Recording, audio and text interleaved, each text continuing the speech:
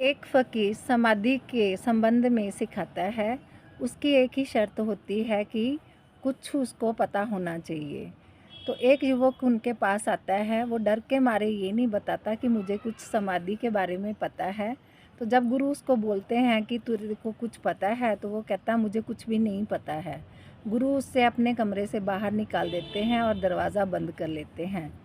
बाहर से वो लोगों के पास जाता है आस-पास के, और उनको पूछता है कि मैं इस फ़कीर से कैसे समाधि के बारे में जानूँ, कि कैसे बताते हैं। तो वो लोग उसको बताते हैं कि समाधि के बारे में ये फ़कीर बहुत अच्छे से बताता है।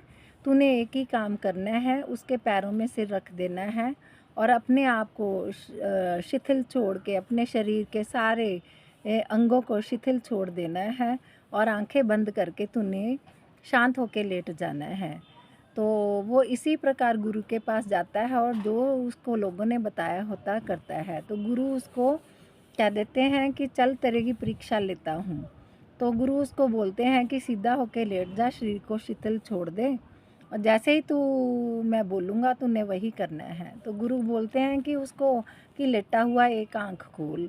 उसको नहीं पता होता कि ये लेट कर आँख खोलना ज़रूरी है। उसको लगा समाधि में ये सब होता होगा।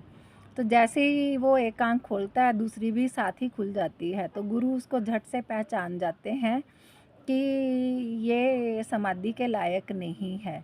तो उसको उठा के बाहर निकाल देते हैं। समाधि के लिए गुरु बताते हैं कि इसकी विशेषता ये है कि उस लड़के को बोलते हैं अगर तू मर ही गया था तो तूने मर ही जाना था। तुझे मरे पड़े रहना था। तुझे आँख खोलने की ज़रूरत ही नहीं पड़नी थी। जो तुझे जैसा दिख रहा है अंदर से या बाहर से जो भी सुनाई दे रहा है, उसको सिर्फ़ तुमने सुनना था और स्वीकार करना था। यही समाधि के बीच में होता है। जैसे ही गुरु ने ये बताया कि समाधि की मेन विशेषता ये है कि शरीर अगर गिर रहा है तो गिरने देना, शरीर अगर झुक रहा है तो झुकने देना, अगर बाहर से कोई आवाज़ आ रही है तो उसको आने देना, अगर कोई कार की आवाज़ जाती हुई कार की आवाज़ सुनाई दे रही है तो उसको शांत होके सुनना। यही उन्होंने गुण बताए कि एक मरा हुआ इंसान की भांति समाधि में जाने का होता है। तो जब कोई इंसान मर जाता है, उसको सिर्फ़ आस-पास की आवाज़ें सुनाई देती हैं कि आस-पास क्या हो रहा होता है। तो यही समाधि में घटता है। उन्होंने ये भी बताया कि अगर समाधि के अंदर आपको जो भी सुनाई दे रहा है, उसको बहुत ध्यान से सुनो और सुनाई पड़ रहा है, उसको भी ध्यान से सुनो।